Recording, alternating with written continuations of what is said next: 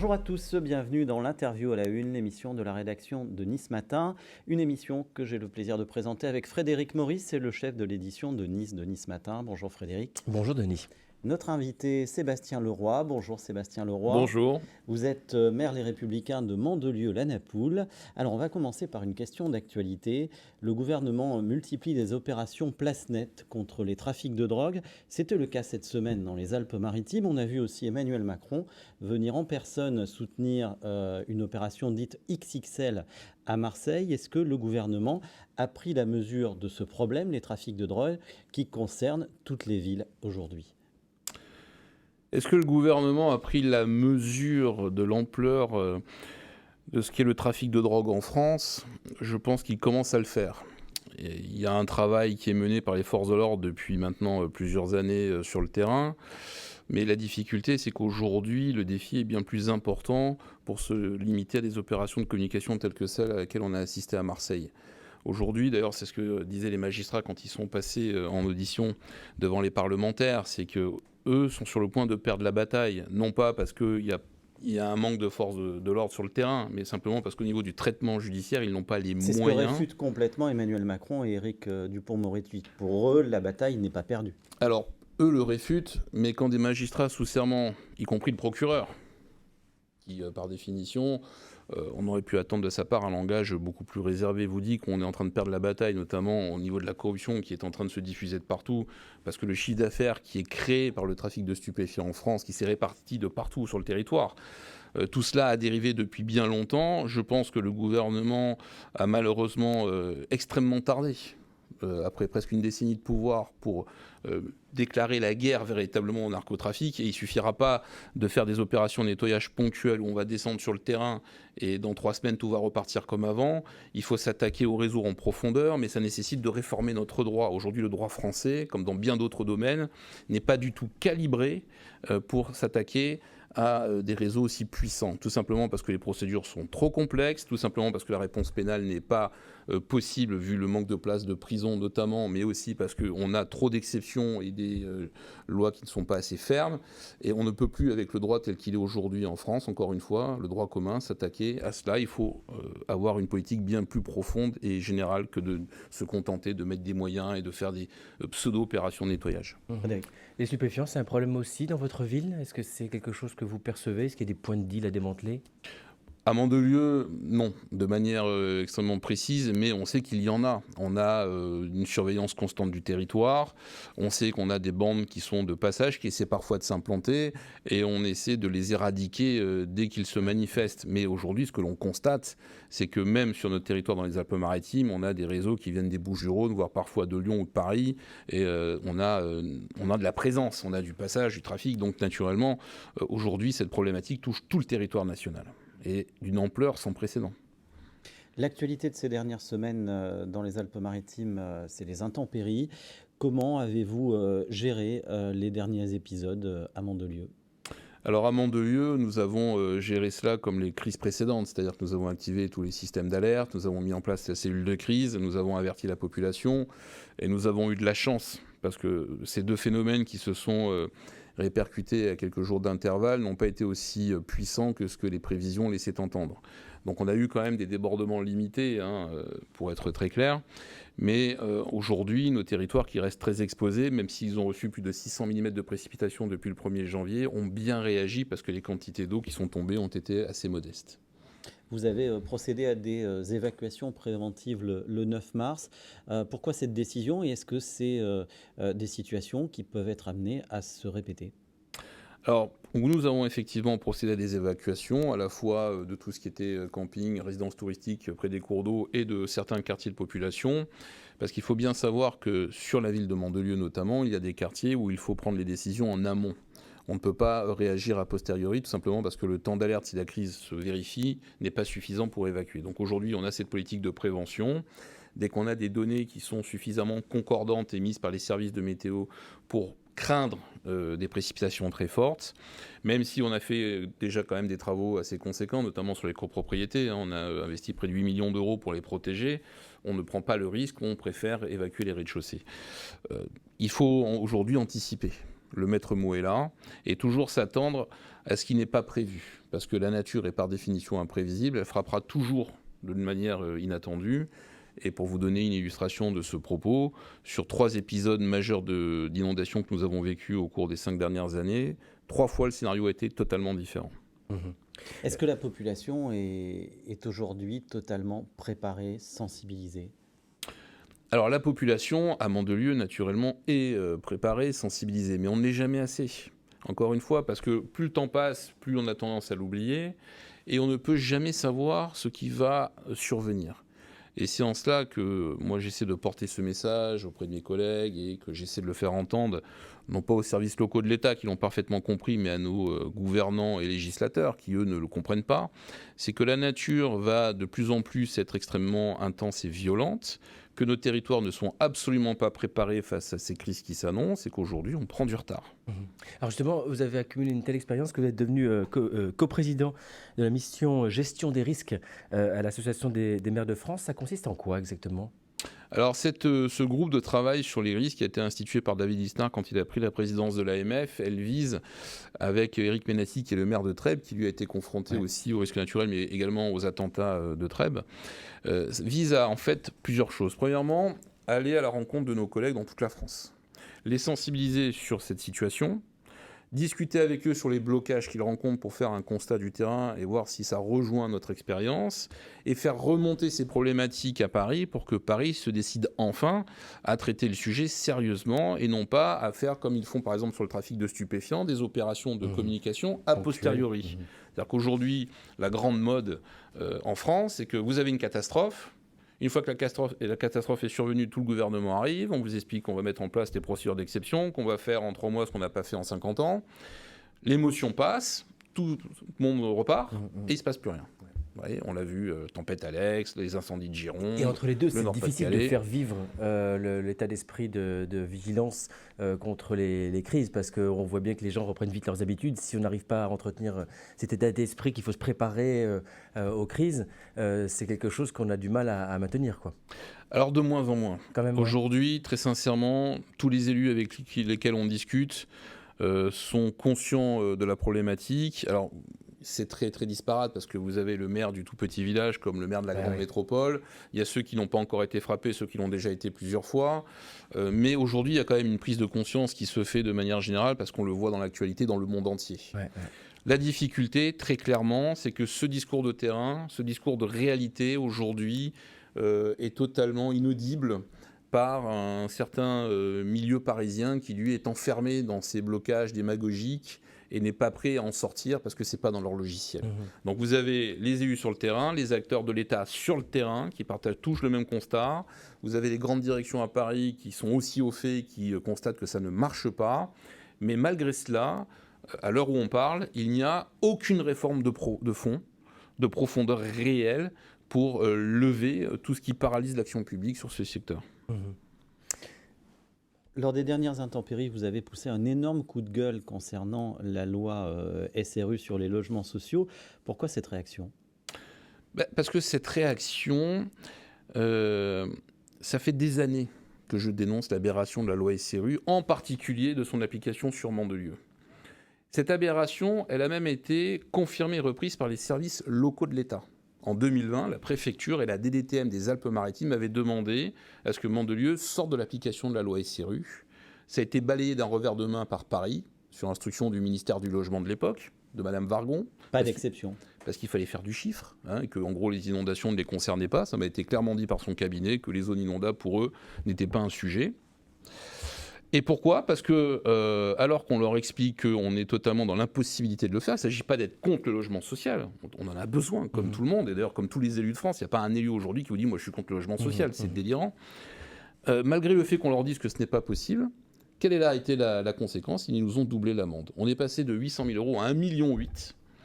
Et ces 1,8 million qui vont être prélevés sur les caisses de la ville de manière autoritaire et automatique, la ville ne peut pas s'y opposer, c'est 1,8 million de moins que ce qu'on investit pour protéger le territoire. parce qu'il faut bien se rendre compte aussi d'une chose en France, c'est que quand une ville veut se protéger, notamment des inondations, c'est la ville qui paie. Donc ce que vous nous dites, et l'État qui assiste. Ce 1,8 million, il aurait servi notamment à protéger Mandelieu des inondations. Mais aujourd'hui, pour être clair, depuis 2019, on a déjà investi plus de 35 millions d'euros, la ville de Mandelieu, sur la résilience, que ce soit dans les achats de foncier, la mise en place de systèmes de protection, de faire des bassins de rétention. On a réussi à en faire un seul compte tenu du délire des procédures administratives dans ce pays.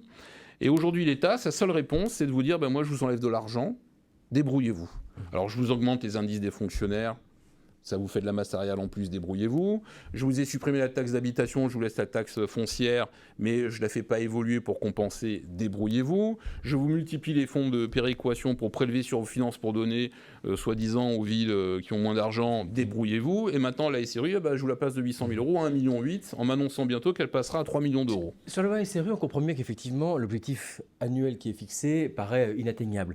Mais on peut se dire aussi que depuis l'instauration de cette loi en 2000, est-ce que Mandelieu a profité de toutes les occasions pour pouvoir faire autant de logements sociaux que nécessaire? Alors oui, et pourquoi? Parce qu'en fait la loi SRU, contrairement à ce qui est dit par ceux qui d'ailleurs ne la maîtrisent pas, elle ne se base pas sur la construction de logements, elle se base sur l'existence. C'est-à-dire sur le ratio. La loi SRU, si on l'avait conçue de manière à dire quand vous faites un programme, vous devez tout faire pour maximiser tant que possible les logements sociaux et on vous aide à le faire, elle aurait été extrêmement vertueuse. Ouais.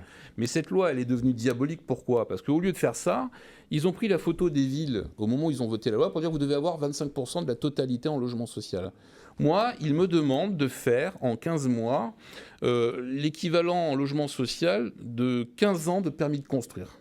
C'est-à-dire que je dois, en l'espace d'un an, faire plus de constructions qui n'ont été faites en 15 ans. Et pour atteindre l'objectif final, je dois avoir une urbanisation supérieure sur ma ville qui n'a plus un terrain à ce qui a été fait depuis 50 ans. Donc vous voyez bien que c'est totalement démagogique. Mais depuis 2000 au moins, vous n'avez manqué aucune opportunité de créer des logements sociaux? Non, on le fait, mais de toute manière, aucun permis de construire ne peut être délivré sur des bâtiments de type immeuble sans qu'il y ait à minima 25 ou 30% de logements sociaux. C'est impossible. Vous ne pouvez pas faire un immeuble sans qu'il y ait 30 ou 25% ou 30% de logements sociaux. Et c'est ce que vous faites depuis 25 ans et vous n'arrivez pas à atteindre parce qu'on ne peut pas atteindre ces chiffres. C'est impossible.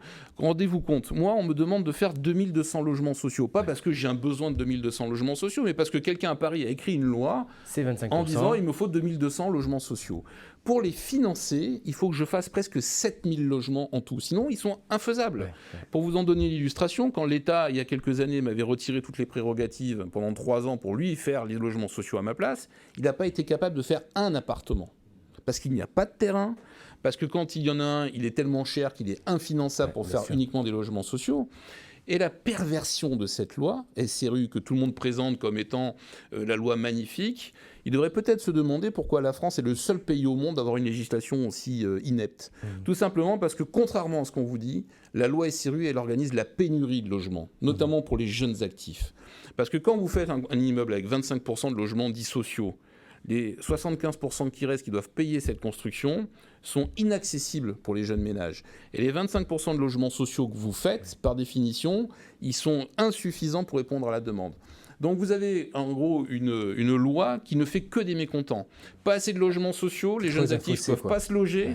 Et vous ne faites que des appartements qui sont vendus à des gens qui ont des moyens, mais qui ne veulent pas après les louer, tout simplement parce que le droit est devenu tellement protecteur du locataire que si jamais ils ont des impayés, ils restent parfois 5 ans sans loyer. Moi, je l'ai vécu en tant qu'avocat, même pour des personnes qui avaient très peu de revenus, qui avaient voulu investir dans l'immobilier et le louer, et bien ces gens-là se sont retrouvés presque à la rue parce que leur locataire avait décidé de ne plus payer. Donc vous voyez, il faut reprendre le système dans sa totalité. On n'est pas contre le logement social.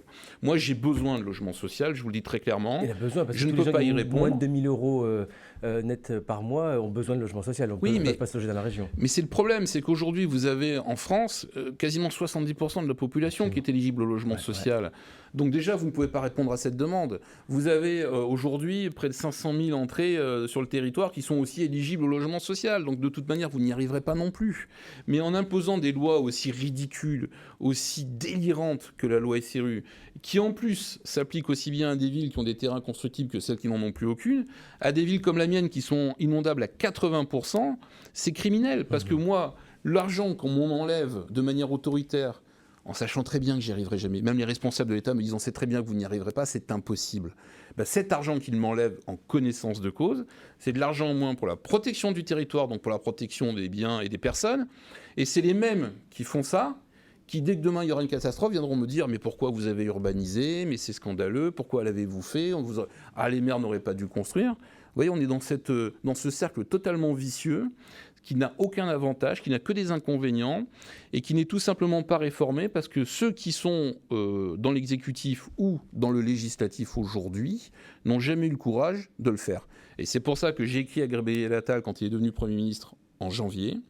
Je lui ai demandé, puisqu'il a déclaré qu'il voulait être révolutionnaire, d'avoir le courage que ses prédécesseurs, tous partis confondus, de droite comme de gauche, n'ont jamais eu, c'est de mettre sur la table comment la loi SRU peut devenir une loi vertueuse et non pas aujourd'hui ce qu'elle est, c'est-à-dire une loi pernicieuse. Un mot sur la sécurité. Vous avez participé il y a quelques jours à une table ronde à Paris sur la sécurité du territoire national. Quels ont été les enseignements de ces échanges ? Alors, ça a été une table ronde très intéressante puisqu'elle nous faisait participer à la fois avec le ministère de la Défense, les représentants de la gestion de crise, qu'ils soient militaires ou civils, à un constat général. Et ce que je vous disais en introduction, aujourd'hui, est partagé à tous les niveaux. Et c'est ça qui est aujourd'hui très intéressant. C'est que vous avez dans ce pays deux mondes. Vous avez le terrain, la réalité, face à la démagogie et la philosophie. Plus le terrain et la réalité sont dans des situations de blocage et d'inefficacité, plus ça remonte dans le monde de la philosophie. Et le monde de la philosophie, sa seule réponse est d'être dans la surenchère démagogique. Aujourd'hui, le constat, c'est quoi ? C'est qu'il n'y a plus d'autorité de l'État sur le terrain parce qu'elle a été dispersée entre plusieurs acteurs et plusieurs services. Moi, je suis un grand militant du responsable de l'État sur le terrain, qui est le préfet, qui doit être en duo avec l'élu, qui est le maire.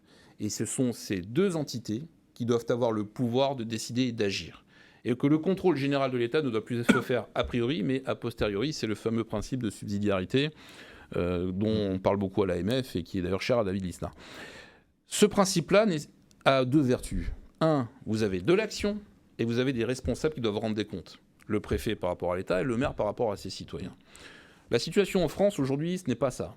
Le préfet n'a plus vraiment d'autorité parce qu'elle a été dispersée entre 40 services. Vous avez des services de l'État qui ont été régionalisés, qui n'obéissent plus à personne, ni au préfet, ni à l'État. Vous avez une multiplication, voire une explosion des règles réglementaires et procédurales, tant en interne que même sous influence européenne. Donc aujourd'hui, en réalité, il n'y a plus de décision, il n'y a plus de possibilité d'agir, il n'y a plus de possibilité de faire vite, et on en arrive à une impossibilité d'anticiper. Et moi, c'est aujourd'hui le mal français, c'est cette paralysie systémique, c'est presque quelque part une nécrose générale qui se répand de manière de plus en plus importante. Il faut en être conscient. Quand on vous dit aujourd'hui qu'on va simplifier, le pays n'a jamais été aussi peu décentralisé, les règles n'ont jamais été aussi complexes et l'action publique n'a jamais été aussi inefficace. On est toujours le bureaucrate de quelqu'un. Est-ce que vous, à votre niveau, vous estimez faire tout ce que vous pouvez faire pour simplifier ? Parce que souvent, les élus qui parlent qui se plaignent de la bureaucratie, quand on va voir chez eux et qu'on demande, par exemple, aux entrepreneurs chez eux, est-ce que vraiment ici c'est beaucoup plus simple qu'ailleurs ? Ils me disent franchement pas. Est-ce que vous, à Mandelieu, vous avez le sentiment de faire tout ce que vous pouvez pour simplifier les procédures et rendre la vie la plus simple possible ? Alors, il faut savoir que les villes ne sont pas responsables des normes qu'on leur impose.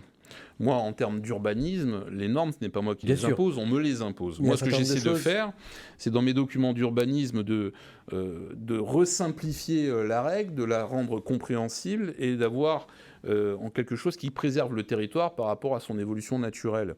Aujourd'hui, nous, on essaie d'être dans l'efficacité et le résultat. Aujourd'hui, vous savez, moi, je suis aussi un fervent partisan on rend des comptes sur ce qu'on a dit. Quand on fait un programme, on doit expliquer ce qu'on a fait, ce qu'on n'a pas fait et pourquoi on ne l'a pas fait, si on peut le faire ou pas. Bien sûr. Mais il faut arrêter les grands discours, les grandes promesses et puis le lendemain de faire autre chose. Donc les villes aujourd'hui, elles sont dans un étau. Vous avez les explosions de normes. Vous avez de moins en moins de pouvoir. Il faut savoir qu'un maire aujourd'hui n'est plus maître de grand-chose. Votre urbanisme, ce n'est pas le maire qui fait son urbanisme. Il est soumis à tous les niveaux, au contrôle de l'égalité, donc à l'État, qui vous impose parfois des choses totalement différentes.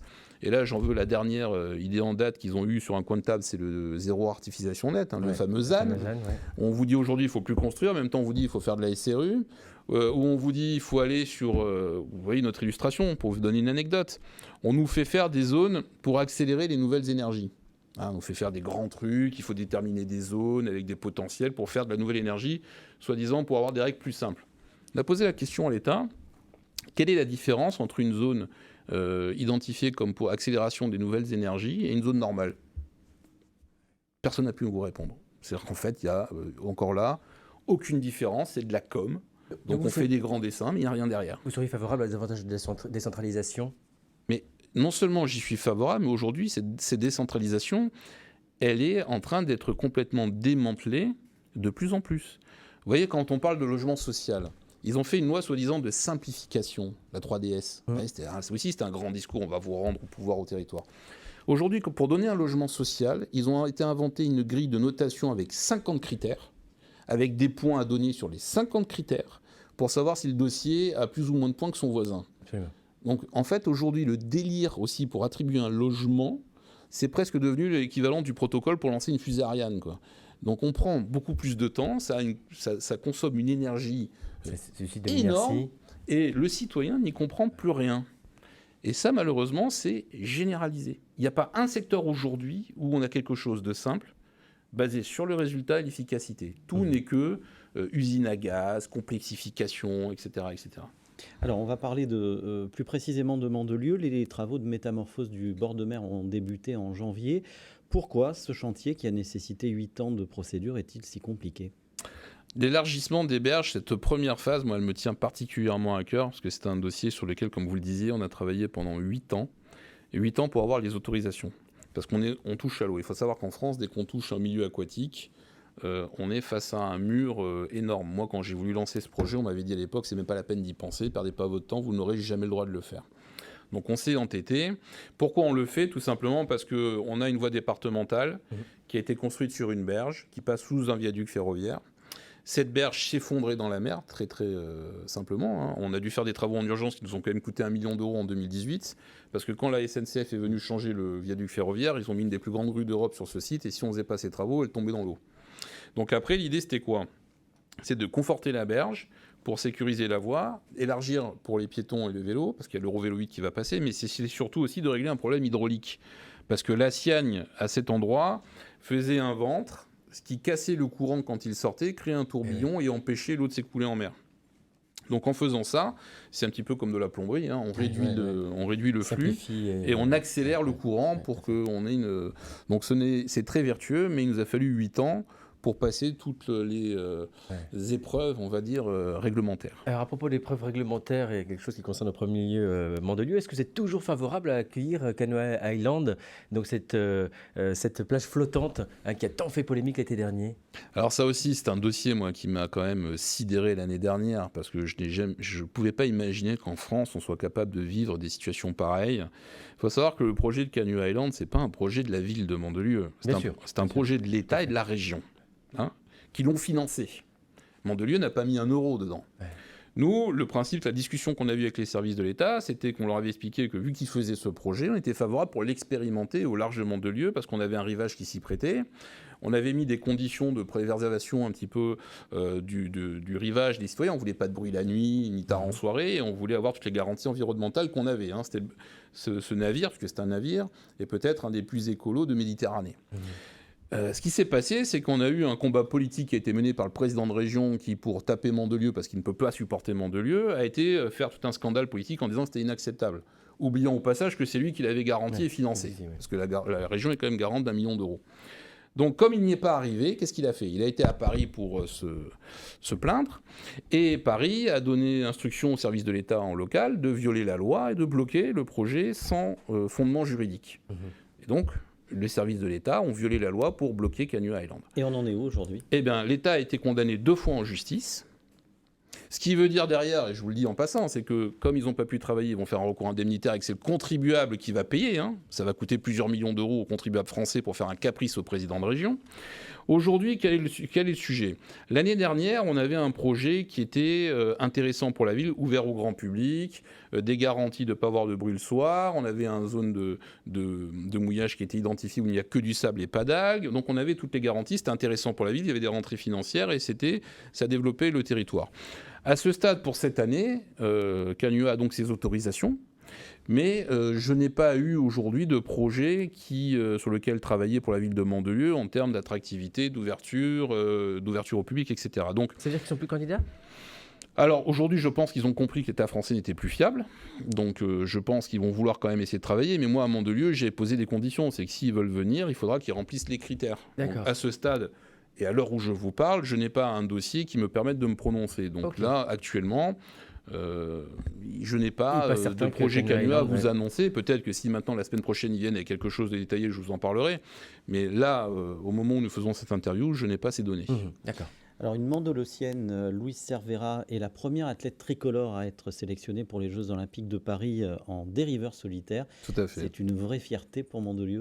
Complètement, parce que Louise est déjà une enfant du territoire, mais c'est aussi une sportive qui est très engagée dans notre centre nautique, auprès des jeunes, qui a fait toute sa formation à Mandelieu, qui est vraiment une amoureuse de la mer, et c'est la première athlète sélectionnée pour les Jeux Olympiques. Elle représentera la France dans sa catégorie, donc on la soutient, on est avec elle. Et d'ailleurs, j'espère qu'il y en aura bientôt d'autres qui vont suivre. Je pense notamment à Michael Zézé qui va concourir pour l'athlétisme. À propos de Jeux Olympiques, mercredi, Marine Le Pen était invitée de France Inter. Si vous voulez bien, on écoute la présidente du groupe RN à l'Assemblée nationale. Aya Nakamura qui chanterait Piaf en ouverture des JO, c'est un beau symbole pour vous ? Non, pas du tout. C'est pas un beau symbole. Honnêtement, c'est une provocation supplémentaire d'Emmanuel Macron qui doit tous les matins se lever en disant tiens, comment est-ce que je vais réussir à humilier le peuple français ? Comment je vais réussir à les indigner ce matin ? Voilà. Pourquoi ça humilierait ? Aujourd'hui, il est prolixe. Il arrive à en trouver une par jour d'idées pour humilier et indigner les Français. Pourquoi Aya Nakamura, qui est la chanteuse la plus écoutée dans le monde, la chanteuse française la plus écoutée dans le monde, qui chanterait du Piaf, ça humilierait le peuple français ? Mais parce que Aya Nakamura est honnêtement, bon, je ne vais même pas vous parler de l'entourage. Je vais vous parler de sa tenue, de sa vulgarité, du fait qu'elle chante pas français, elle chante d'ailleurs pas étranger non plus, elle chante on ne sait pas quoi. C'est du métissage. Non, c'est pas du métissage, c'est du n'importe quoi. Enfin, pardon, regardez, lisez les paroles de ses chansons. Est-ce que vous êtes d'accord avec Marine Le Pen ? Écoutez, moi, est-ce que c'est un choix qui m'a enthousiasmé ? À titre personnel, clairement non. Je ne veux pas du tout rentrer dans ce débat aujourd'hui totalement grotesque où dès qu'on critique, ou dès qu'on n'est pas d'accord, tout de suite ça sombre dans le « ah, vous êtes raciste », etc. Non, pas du tout, il s'agit de juger une artiste. Moi, c'est pas mes goûts musicaux. Maintenant, je pense que ce qui est problématique dans cette situation, c'est que c'est une décision unilatérale du président de la République qui est tombée comme ça. On a presque le sentiment que c'est un caprice qu'il fait. Et est-ce que c'était au président de la République de choisir le chanteur qui va faire l'ouverture des Jeux Olympiques ? J'en suis pas persuadé. J'aurais aimé que les Jeux Olympiques, qui sont censés quand même être une fête qui porte le peuple et la France, soit quelque chose qui doit se faire dans vraiment l'enthousiasme général et qui est quand même un choix qui aurait pu être peut-être plus consensuel ou plus général. Peut-être que ça aurait été elle aussi à la fin qui aurait été choisie, mais au moins que ce n'est pas le sentiment que ça tombe encore par le haut, parce qu'il y a aussi ça qui ne passe pas. Ouais. Vous voyez, on vous impose, on vous décide, voilà, le plaisir du roi ça, on a bien compris, et d'avoir tel artiste. L'État jacobin, ce n'était pas forcément votre tasse de thé. Par rapport au RN aujourd'hui, qu'est-ce qui distingue encore les Républicains du RN ? Parce qu'on dit que le Républicain est souvent très très proche aujourd'hui du Rassemblement national. Quelle est la différence fondamentale entre les deux ? Mais quelle est la différence fondamentale des Républicains et du Rassemblement national ? Très clairement, aujourd'hui, le Parti des Républicains, auquel j'appartiens, vous le savez, moi j'en attends aussi une profonde métamorphose. C'est-à-dire qu'il y a des thèmes régaliens sur lesquels on a toujours été, dans la théorie, fort, mais dans la pratique, quand on a été au pouvoir, on n'a pas fait ce qu'il fallait faire.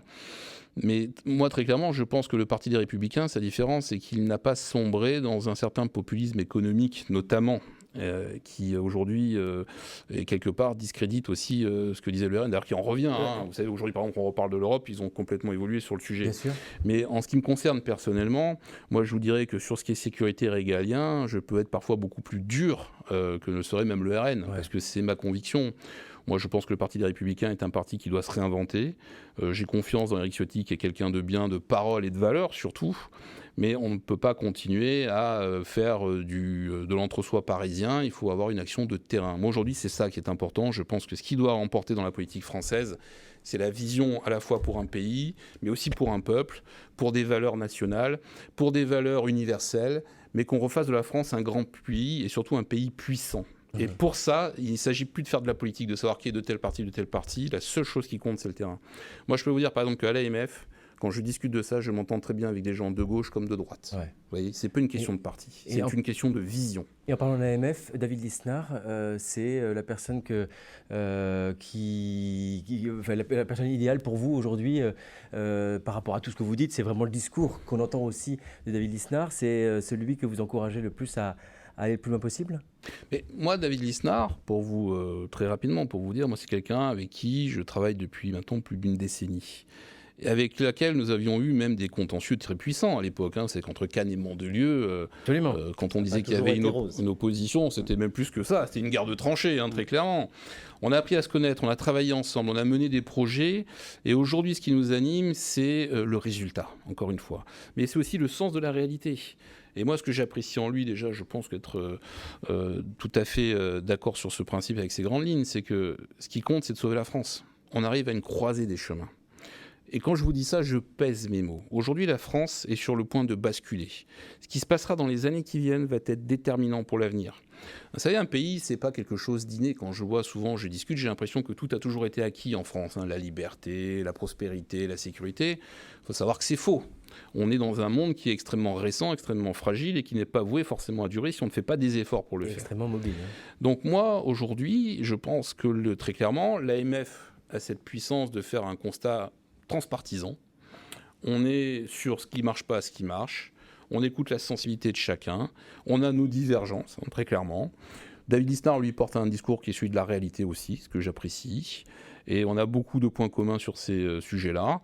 Mais moi, je vous le dis, si la France ne redevient pas un pays puissant, respecté à l'extérieur comme à l'intérieur, nous allons avoir des moments extrêmement durs à vivre.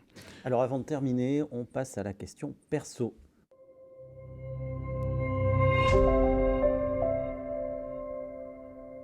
Frédéric Maurice. On vous compare souvent à votre oncle, Henri Leroy, qui a été le maire de Mandelieu de 1995 à 2017, auquel vous avez donc succédé en 2017. Est-ce que ça vous flatte ou est-ce que ça vous agace ? Non, ça me flatte. Vous savez, moi, j'ai toujours été très, très proche de mon oncle. J'ai beaucoup de respect, d'admiration pour ce qu'il a incarné, parce que c'était un officier de gendarmerie. Il s'est retrouvé en politique et c'est vraiment quelqu'un qui n'a toujours été animé que par une seule chose, c'est le bien commun du citoyen et de la France. Et il porte ses valeurs intrinsèquement. Moi, j'ai toujours connu comme ça. C'est vraiment un soldat de la République. Et aujourd'hui au Sénat, d'ailleurs, il continue à mener ce combat. Donc moi, je suis extrêmement fier quand on me compare avec lui. Maintenant, c'est vrai que quand on porte le même nom et qu'on succède à un exécutif, naturellement, au début, tout le monde se demande s'il va y avoir une vraie différence. Et quelque part, moi, je suis dans la continuité avec mes différences. Mais quand je parle de la ville, je dis très clairement que notre majorité, elle dirige la ville depuis 1995. Vous voyez, je ne m'inscris pas dans une rupture. Il y avait Henri Leroy, il y a Sébastien Leroy. C'est quoi la différence entre Henri et Sébastien ? Quand moi-même me le dit, c'est que je peux être parfois beaucoup plus dur que lui. Merci beaucoup Sébastien Leroy. Merci à vous. Merci Frédéric. Merci à tous de nous avoir suivis. Merci à Sophie Doncé et Philippe Bertini pour la réalisation de cette émission, à Christelle Benjamin pour sa préparation. On se retrouve samedi prochain pour une nouvelle édition de l'Interview à la Une. Bonne journée et bon week-end à tous.